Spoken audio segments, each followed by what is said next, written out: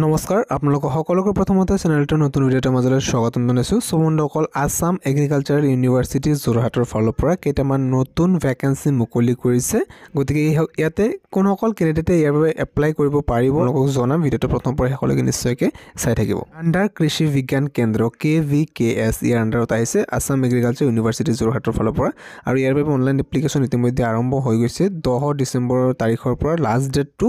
জানুৱাৰী মাহৰ 5 তাৰিখলৈকে ৰখা হৈছে 2025 গতিকে আপোনালোকে চাই থাকক ভিডিঅ'টো তো প্ৰথমতে যেটো ইয়াতে আছে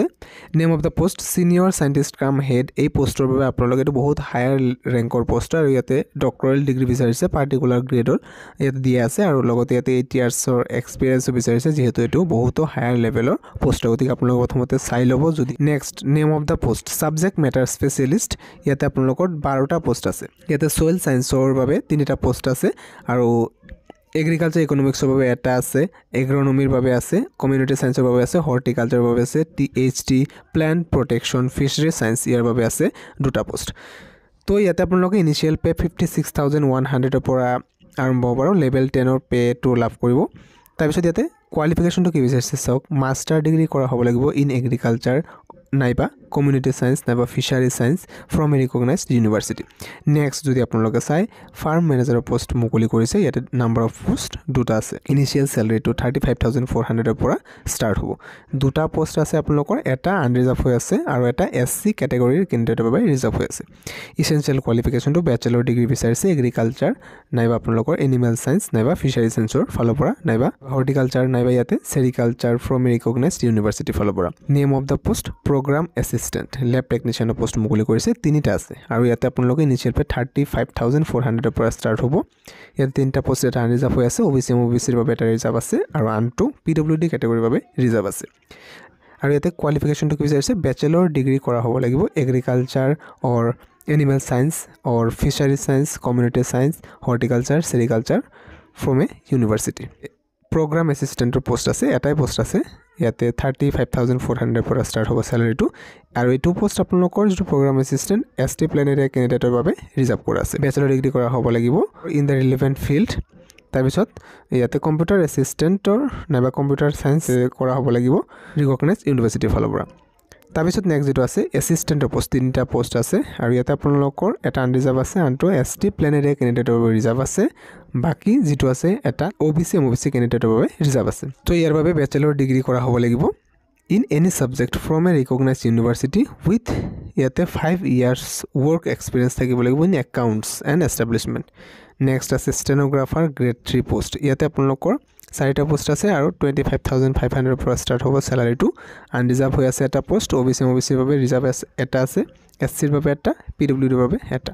ইসেনশিয়াল কোৱালিফিকেশনৰ ক্ষেত্ৰত ইয়াতে ব্যাচেলৰ ডিগ্ৰী বিচাৰিছে আৰু লগতে আপোনালোকে ইয়াতে কম্পিউটাৰ নলেজ থাকিব লাগিব আৰু লগতে কম্পিউটাৰ সাৰ্টিফিকেট থাকিব লাগিব মিনিমাম 6 মান্থৰ ডিপ্লোমা ইয়াতে professional efficiency the candidate will be given one dictation test আপোনালোকে এটা ডিক্টেশন টেষ্ট লোৱা হ'ব 10 মিনিটছৰ আৰু আপোনালোকে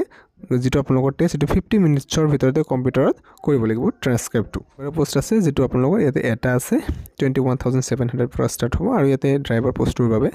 এডুকেশনাল কোৱালিফিকেশনটো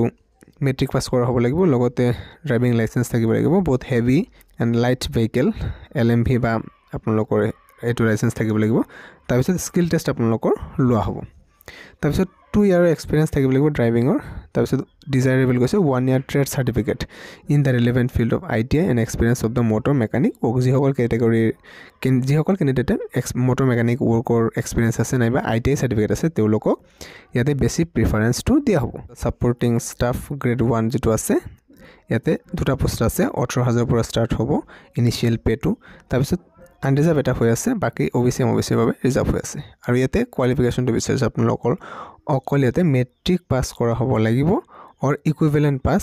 অৰ ITI পাস যদি আপুনি ইয়াতে মেট্ৰিক পাস কৰিছে তথাপি এপ্লাই কৰিব পাৰিব যদি ইকুইভেলেন্ট কিবা পাস কৰিছে তথাপি এপ্লাই কৰিব নাইবা যদি ITI পাস কৰিছে তথাপি আপুনি ইয়াতে এপ্লাই কৰিব পাৰিব ম্যাক্সিমাম আপাৰ লিমিট সমূহ দি দিছে যেটো সিনিয়ৰ সায়েন্স হেডৰ বাবে যেটো আছিল এটো আপোনাৰ 47 ইয়াৰ্স ম্যাক্সিমাম ৰাখিছে তাৰ পিছত সাবজেক্ট মেটাৰ স্পেশালিষ্ট ইয়াৰ বাবে আপোনালোকৰ ফাৰ্ম মেনেজাৰ ইয়াৰ বাবে 38 years maximum upper limit for post assistant stenographer grade 3 আৰু ড্ৰাইভাৰ ইয়াৰ বাবে 40 ইয়াৰ্স ম্যাক্সিমাম ৰখা হৈছে ইয়াৰ এপ্লিকেশনটো ইতিমধ্যে স্টাৰ্ট হৈ গৈছে এপ্লিকেশন সাবমিশনৰ বাবে online.aac.in তাৰপিছত এইটো অফিচিয়েল ৱেবছাইটলৈকে এপ্লাই কৰিব লাগিব 4টা বজাৰ আগতে 5 জানুৱাৰী 2025 অনলাইন এপ্লাই লিংকটো আপোনালোকে ডেসক্ৰিপচনত লাভ কৰিব যিসকল ক্যান্ডিডেটে এলিজিবল আৰু ইন্টাৰেষ্টেড ডেসক্ৰিপচনৰ লিংকৰ পৰা গৈ এপ্লাই কৰিব পাৰিব তাৰপিছত কৈছে যে ইয়াতে নন ৰিফাউণ্ডেবল ফিজ আপোনালোকে এটা ফিজ পে কৰিব লাগিব যেটো নন ৰিফাউণ্ডেবল হয় জেনাৰেল নাইবা ওবিসি ক্যান্ডিডেট হয় তেন্তে 1000 টকা পেমেন্ট কৰিব লাগিব আৰু যিসকল ক্যান্ডিডেট ইয়াতে SC ST PWD হয় তেওঁলোকে 500 টকা পে কৰিলে হৈ যাব আৰু ইয়াতে যেহেতু জানুৱাৰী 5 তাৰিখলৈকে লাষ্ট ডেট ৰখা হৈছে বাই চান্স কিবা কাৰণত যদি আপোনালোকে পেমেন্টটো কৰিব নোৱাৰে সেই সময়ত দেন ইয়াতে আপোনালোকে 7 জানুৱাৰীৰ ভিতৰতে কমপ্লিট কৰিলেও পেমেন্টটো কমপ্লিট কৰিলেও হৈ যাব সো আজিৰ ভিডিওটোত এইখিনি আছিল ইনফৰমেশন আপোনালোকে যদি কিবা বুজি পোৱাত অসুবিধা আছে কমেন্টত নিশ্চয়কৈ জনাব ভিডিওটো হেকলে চাই থকাৰ বাবে ধন্যবাদ যদি হে চেনেলটোত প্ৰথমবাৰৰ বাবে আহিছে দেন চেনেলটো সাবস্ক্ৰাইব কৰি কাষত থকা বেল আইকনটো প্ৰেছ কৰি ৰাখিব এতিয়ালৈ মানে সামৰিছো ধন্যবাদ